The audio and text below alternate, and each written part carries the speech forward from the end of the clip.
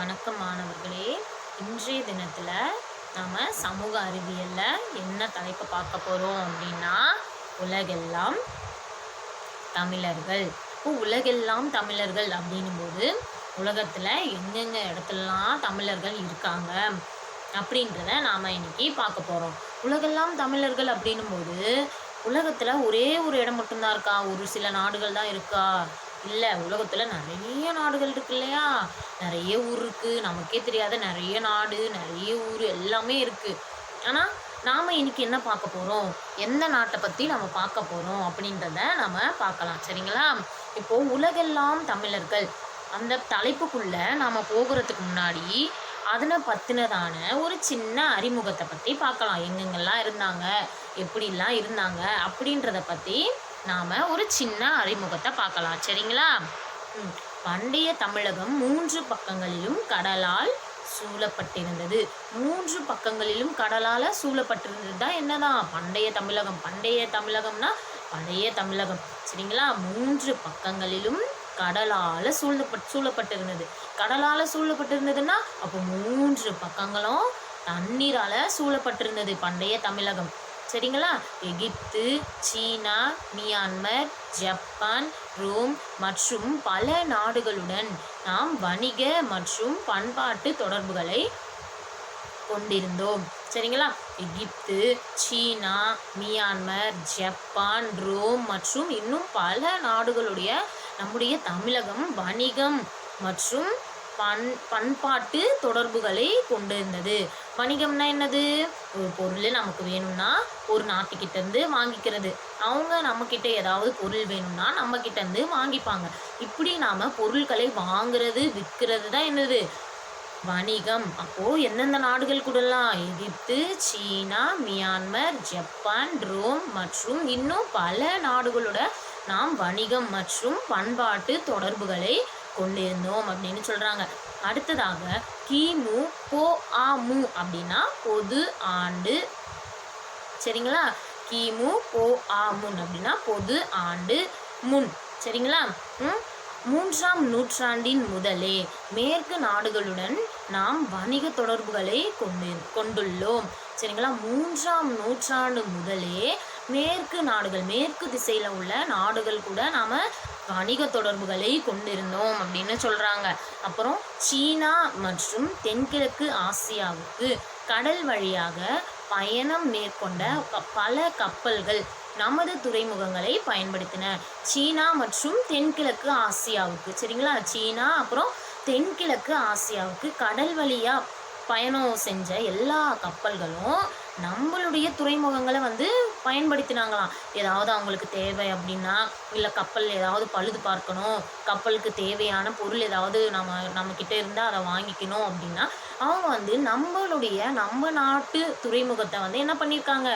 பயன்படுத்தியிருக்காங்க அப்படின்னு சொல்கிறாங்க. சரிங்களா? கிழக்கில் உள்ள நாடுகளுடன் வணிக மற்றும் பண்பாட்டு உறவுகளை விரிவுபடுத்த ராஜேந்திர சோழரின் கடற்படையிருப்பு உதவியது. சீனா மற்றும் தென்கிழக்கு ஆசியாவுக்கு கடல் வழியாக பயணம்லாம் போகிறப்போ அவங்க நம்மளுடைய துறைமுகங்களை பயன்படுத்தினாங்க அப்படின்னு நம்ம பார்த்தோமா? அதே மாதிரி கிழக்கில் உள்ள நாடுகளுக்கு வணிகம் மற்றும் பண்பாட்டு உறவுகள், வணிகம் மற்றும் பண்பாட்டு உறவுகளை மேம்படுத்துறதுக்கு எந்த பக்கத்தில் உள்ள நாடுகள்? கிழக்கில் உள்ள நாடுகளுக்கு வணிகம் மற்றும் பண்பாட்டு உறவுகளை விரிவுபடுத்த ராஜேந்திர சோழனுடைய கடற்படையெடுப்பு உதவியதான். கடற்படையெடுப்பு என்னது? கடல் வழியாக போய் போர் செய்வாங்க, அதுதான் என்னது? கடற்படையெடுப்பு. அப்போது யார் எந்த ராஜா பண்ணியிருக்காரு? ராஜேந்திர சோழர். அந்த ராஜா என்ன பண்ணியிருக்காரு? கடற்படையெடுப்பு பண்ணியிருக்காரு. அப்போது அந்த இடத்துல அவர் ஜெயிச்சதால இன்னும் கிழக்கில் உள்ள நாடுகள் எல்லா நாடுகளுடையும் வணிகம் பண்பாட்டு உறவுகளை இன்னும் நாம் அதிகப்படுத்த அது நமக்கு உதவியாக இருந்துச்சு அப்படின்னு சொல்கிறாங்க. இந்த புகைப்படம் இப்போது நம்ம இலங்கையை பற்றி பார்க்க போகிறோம் இல்லையா? இந்த புகைப்படத்தில் இருக்கிறது தான் இந்த நாடுகள் கூடலாம் வணிக மற்றும் பண்பாட்டு தொடர்பு தமிழ்நாடு வந்து கொண்டிருந்தது, பண்டைய தமிழகம் கொண்டிருந்தது அப்படின்னு சொல்கிறாங்க. இதில் எந்தெந்த நாடுகள்லாம் தெரியுது? நிறைய நாடுகள் இருக்குல்ல, நாம் பார்த்த நாடுகள்லாம் ரோம், ஜப்பான், சீனா, இந்த நாடுகள் எல்லாமே இதில் இருக்குது. சரிங்களா? இன்னைக்கு நாம் எந்த நாட்டில் இருக்கிற தமிழர்கள் பற்றி பார்க்க போகிறோம் அப்படின்னா இலங்கை. இலங்கையில் இருக்கிற தமிழர்கள் எப்படி இருக்காங்க, அங்கே இலங்கையில் தமிழர்கள் எத்தனை தொகை, எத்தனை பேர் இருக்காங்க, அங்கே தமிழ் மொழி எப்படி இருக்குது, அதை பற்றி நாம் இன்னைக்கு பார்க்க போகிறோம். சரிங்களா? இந்த புகைப்படம் இலங்கையை குறிக்கிற ஒரு புகைப்படம். இது நமக்கு தெரியுதுங்களா? இந்தியா பக்கத்தில் தான் என்ன இருக்குது? இலங்கை தனியாக இருக்க மாதிரி இருக்குல்ல. இந்த புகைப்படத்தை இன்னும் கொஞ்சம் கிட்ட பார்வையில் நம்ம பார்க்கலாம். சரிங்களா? இதுதான் கிட்ட பார்வையில் எடுத்த அந்த புகைப்படம். இலங்கை பாருங்க, முக்கோண வடிவத்தில் எவ்வளோ அழகாக இருக்குல்ல. 3 பக்கமும் 4 பக்கமும் 3 பக்கம் 4 பக்கம் எல்லா பக்கமும் என்ன பண்ணியிருக்கு? கடலால் சூழப்பட்டிருக்கு. நடுவில் தான் என்ன இருக்குது? இலங்கை இருக்குது. அழகாக இருக்குல்ல இலங்கை பார்க்குறதுக்கு. இன்னைக்கு நாம் இலங்கையை பற்றி பார்க்கலாம். சரிங்களா? இலங்கையில் தமிழர்கள் பலர் வாழ்ந்து வருகின்றனர். அங்கு தமிழர்கள் 2 குழுக்களாக வாழ்கின்றனர். இலங்கையில் நிறைய தமிழர்கள் வாழ்ந்து வருகிறாங்களாம். அதில் வந்து 2 குழுக்களாக பிரிக்கிறாங்க. அந்த 2 குழு என்னென்ன அப்படின்னு பார்க்கலாம். முதல் குழுவில் இலங்கையில் வாழும் தமிழர்கள் உள்ளனர். இவர்கள் இலங்கை தமிழர்கள் என்று அழைக்கப்படுகின்றனர். முதல் குழு என்னென்ன சொல்கிறாங்கன்னா, இலங்கையிலேயே பிறந்து இலங்கையிலேயே வாழ்கிறவங்க தான் என்னது முதல் குழுவை சேர்ந்தவர்கள். அவர்கள் வந்து இலங்கை தமிழர்கள் அப்படின்னு அவங்கள சொல்கிறாங்க. சரிங்களா? மற்றொரு குழுவில் இந்தியாவிலிருந்து இலங்கைக்கு குடிபெயர்ந்த தமிழர்கள். மற்றொரு குழு என்னதுன்னா, இந்தியாவிலிருந்து இலங்கைக்கு போனவங்க, இலங்கைக்கு வேலைக்காகவோ இல்லை வேறு ஏதாவது ஒரு தொழிலுக்காகவோ போனவங்க, இந்தியாவிலிருந்து போனவங்க. அதனால் அவங்க குடிபெயர்ந்த தமிழர்கள், இலங்கைக்கு குடிபெயர்ந்த தமிழர்கள். சரிங்களா? இந்தியாவிலேருந்து இலங்கைக்கு போனவங்க இந்திய தமிழர்கள் என்று அழைக்கப்பட்ட இவர்கள், அவங்கள என்னென்னு சொல்கிறாங்க? இந்திய தமிழர்கள். இந்திய தமிழர்கள் என்று அழைக்கப்பட்ட இவர்கள் 19ஆம் நூற்றாண்டில் தேயிலை தோட்ட பணிக்காக குடிபெயர்ந்தவர்கள் ஆவர். அவங்க என்னென்ன சொல்கிறாங்க? இந்திய தமிழர்கள் அப்படின்னு சொல்கிறாங்க இல்லையா? 19ஆம் நூற்றாண்டில் தேயிலை தோட்ட பணிக்காக தான் என்ன பண்ணியிருக்காங்க? இந்தியாவிலிருந்து இலங்கைக்கு போயிருக்காங்க. குடிபெயர்ந்தவர்கள் அப்படின்னா ஒரு இடத்த விட்டு இன்னொரு இடத்துக்கு போனவங்க. எந்த நூற்றாண்டில் போயிருக்காங்க? 19ஆம் நூற்றாண்டில்.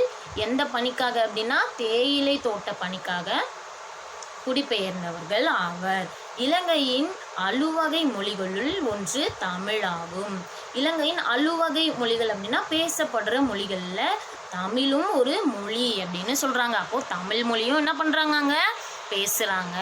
அங்குள்ள கோணேஸ்வரம் கோயில் 1000 தூண்களை கொண்டுள்ளது. அங்கே வந்து என்ன கோயில் இருக்குது அப்படின்னா கோணேஸ்வரம் கோயில் அப்படின்ற கோயில் இருக்குது. அந்த கோயிலை பற்றினதான ஒரு சிறப்பு அம்சம் என்ன அப்படின்னு பார்த்தீங்கன்னா, அந்த கோயிலுக்கு 1000 தூண்கள் இருக்கான். எத்தனை தூண்கள்? 1000 தூண்கள். 1000 தூண்களை கொண்டுள்ளது.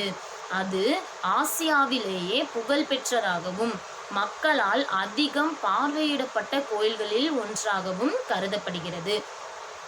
அதுதான் ஆசியாவில் உள்ள கோயில்கள்லேயே புகழ்பெற்ற கோயிலாம். மக்களால் அதிகமும் பார்வையிடப்பட்ட கோயில்களில் ஒன்று அப்படின்னு சொல்கிறாங்க. எதனால் எல்லாரும் போய் பார்க்குறாங்க? அந்த கோயிலுக்கு வந்து என்ன இருக்குது? 1000 தூண்கள் இருக்குது. அதனால் அநேக மக்கள் வந்து என்ன பண்ணுறாங்க?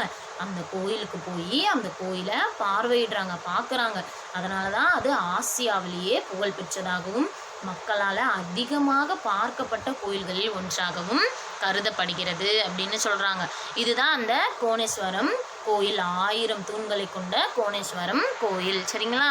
இது வந்து இலங்கையில் இருக்கிறதான ரூபாய் நோட்டு. இது எத்தனை ரூபாய் நோட்டு? 100 ரூபாய் நோட்டு. சரிங்களா? இது பாருங்கள், அந்த நோட்டில் தமிழ் மொழியிலே 100 ரூபாய் அப்படின்னு இருக்கா. அப்போ இலங்கையில் தமிழ் மொழியும் என்னது ஒரு எல்லாராலையும் பேசப்படுற மொழிகளில் தமிழ் மொழியும் ஒன்று. சரிங்களா? இன்றைக்கி நாம் என்ன பார்த்தோம்? இலங்கையில் இருக்கிற தமிழர்கள், இலங்கையில் தமிழ் மொழி எப்படி இருக்குது, எத்தனை குழுக்களாக இருக்காங்க, அதெல்லாம் பார்த்தோங்க இல்லைங்களா? இன்னும் வர வகுப்புகளில் இன்னும் எந்தெந்த நாடுகள்லாம் தமிழர்கள் இருக்காங்க அப்படின்றத நாம் பார்க்கலாம். சரிங்களா? நன்றி மாணவர்களே.